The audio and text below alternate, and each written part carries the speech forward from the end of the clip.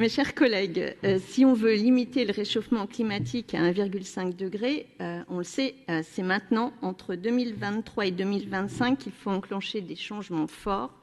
Toutes les études le montrent, toutes les instances environnementales le rappellent, et en premier lieu, notre GIEC régional. Vous nous dites faire de l'écologie une de vos priorités. Vous avez d'ailleurs, la présidente, lors de la rencontre régionale des maires, a affirmé que le ZAN était nécessaire. On attendait donc, lors de cette session, des actes qui mettent en œuvre les mots. Or, force est de constater que les actes forts et nécessaires attendus ne sont pas au rendez-vous. Alors, avant de donner l'illustration à travers quelques exemples, j'aimerais quand même revenir sur la grande absente de cette rencontre régionale des maires. Je parle de l'agriculture et de la souveraineté alimentaire. À aucun moment, dans vos propos, en tout cas dans ceux de la présidente, ni dans ceux de son premier vice-président, ni dans ceux des intervenants, cela n'a été abordé. Je me permets du coup de vous rappeler que les 4 principaux effets environnementaux de l'artificialisation des sols sont 1. L'altération des fonctions biochimiques des sols, avec notamment la réduction des capacités de stockage carbone. William vient d'en parler assez longuement et j'y reviendrai aussi. Le deuxième effet, c'est l'érosion de la biodiversité. Le troisième, c'est l'augmentation des déplacements. Et oui, le quatrième, c'est bien la question de la souveraineté alimentaire avec la réduction des surfaces agricoles disponibles et la capacité à se nourrir. Ne pas aborder cette question lors de cette rencontre régionale des maires a évidemment de quoi nous questionner fortement. Et d'ailleurs, mon collègue Jean-Louis Béliard y reviendra dans la commission 6. Alors on voit assez simplement, à travers ces 4 effets de l'artificialisation des sols, les axes sur lesquels on attend que la région agisse. Elle dispose d'ailleurs de plusieurs leviers pour le faire. Malheureusement, on constate que ces leviers ne sont pas activés ou pas suffisamment. Si je prends par exemple la question des contrats de territoire, nous avions déjà alerté en commission permanente notre inquiétude quant au financement de projets pour lesquels, en tant qu'élus régionaux, au moment du vote, nous n'avions pas les garanties que les enjeux environnementaux étaient bien pris en compte. Je pense par exemple au financement d'une zone économique en extension. Aucune garantie n'avait été obtenue ou même demandée quant aux démarches faites pour densifier, pour mutualiser les parkings ou un certain nombre de services. Mais ce que nous avons constaté depuis va encore au-delà. En effet, plusieurs communautés de communes ou agglomérations qui ont contractualisé avec la région pour financer un ou plusieurs projets redistribuent une partie de la subvention régionale sous la forme de fonds de concours aux communes, et ce, de manière très explicite, puisque dans les délibérations, il est écrit que c'est en contrepartie du versement du fonds dans le cadre du contrat Pays de la Loire 2026.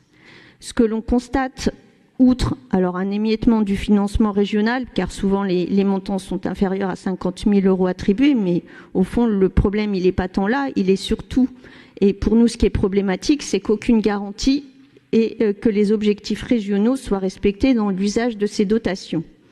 Comment dès lors pouvoir traduire les mots en actes ? La réponse ne peut pas être, comme vous le faites fréquemment quand on vous interroge à ce sujet-là, la confiance au territoire. Sinon, à quoi bon faire des règlements de subvention ou des contractualisations ? Il ne s'agit pas d'une question de confiance. Nous n'avons pas moins confiance que vous dans les élus du territoire, mais il s'agit juste de s'assurer que tout le monde agit dans le même sens, avec l'argent public de la région, pour mettre en œuvre la politique régionale affichée et votée. C'est d'ailleurs ce que font l'Europe, l'État, les départements, toutes les collectivités ou syndicats qui financent des projets.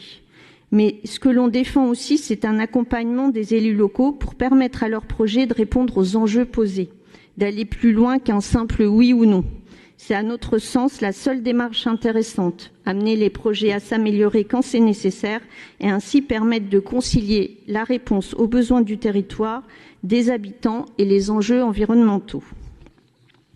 Autre exemple pour étayer mon propos, le rapport T101 qui s'appelle, je vous le rappelle, « Assurer la transition énergétique vers la neutralité carbone et une région à énergie positive ».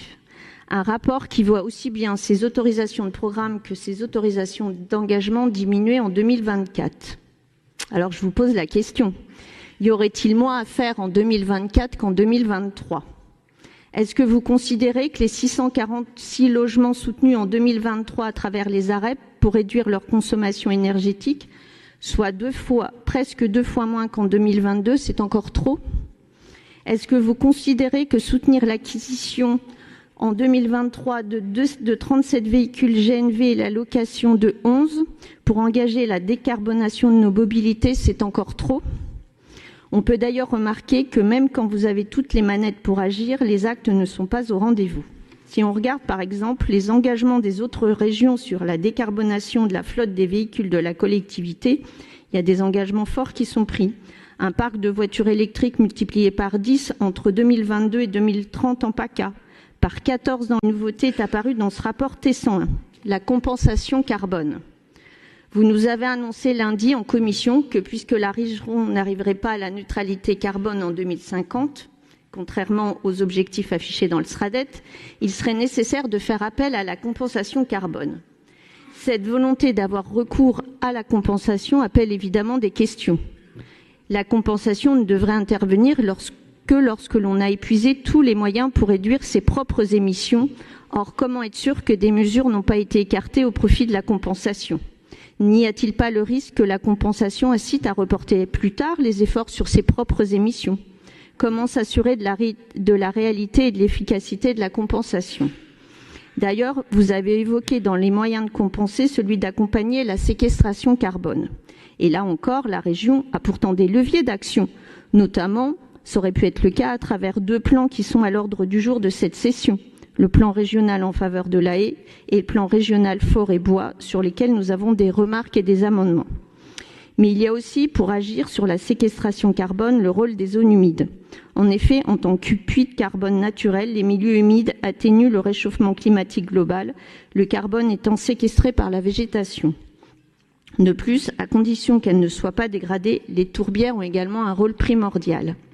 Or, depuis la prise de compétence des espaces naturels labellisés, la région entend y prendre toute sa place, c'est ce que vous nous avez dit. Depuis plusieurs mois maintenant, l'Inspection générale de l'environnement et du développement durable a identifié un périmètre allant au-delà de Nantes et englobant le lac de Grandlieu comme pouvant potentiellement devenir parc national des zones humides. Après avoir été entendu dans le cadre du dialogue territorial pour la protection et la valorisation des zones humides en avril dernier par l'IGEDD, la majorité régionale a été moins prompte à s'enthousiasmer sur un projet de parc national ou encore de parc régional. Aussi, nous souhaiterions connaître la position de la région quant à cette initiative qui semble pourtant concorder avec ses objectifs et ses ambitions. Il reste 2 ans, Madame la Présidente, pour limiter le réchauffement climatique à 1,5 degré. Après les paroles, nous attendions des actes forts et nécessaires, mais nous considérons que la région n'est toujours pas au rendez-vous.